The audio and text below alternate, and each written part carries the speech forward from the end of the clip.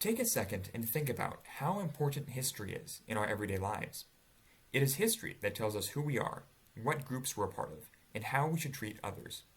It is history that gives us a sense of our values and tells us what we should expect of those around us. History is a powerful thing. But what happens when a government takes control of history and tells a specific narrative to fit its goals?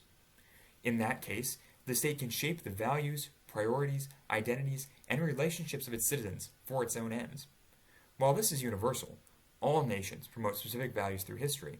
Russia's recent uses of pre-modern medieval history shed fascinating and insightful light on the state ideology of Putinism.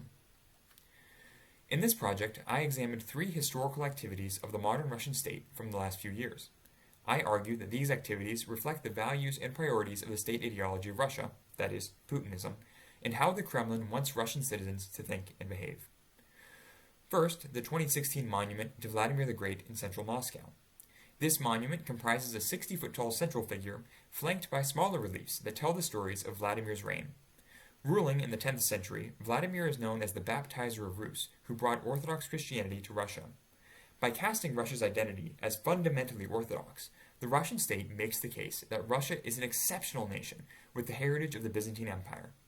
Thus, Russia must always be opposed to the West, as a conservative counterbalance to Western values.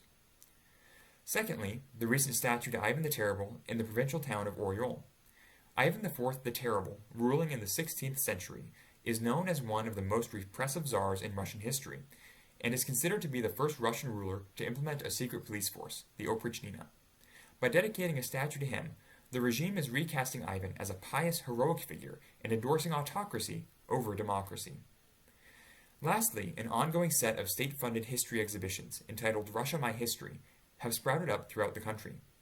The original and largest site in Moscow has now grown to more than 20 reiterations from the Caucasus to Sakhalin Island. These exhibits emphasize the continuity of Russian history. In essence, the exhibit argues that the Russia of today has the same strengths, threats, and opportunities as the Russia of the past, especially the deep, pre-modern past. In these 3 cases, the Russian state is promoting a nationalistic view of Russian history, one which sees it as exceptional, opposed to the West, and fundamentally undemocratic. In this way, the Putin regime promotes specific values and expectations for its citizens. With this in mind, I have one final question. What kind of norms will our own history teach our children? As we in American society grapple with our past, we have the opportunity to choose what the next generations will stand for and the world they will work towards. It behooves us to choose wisely. Thank you.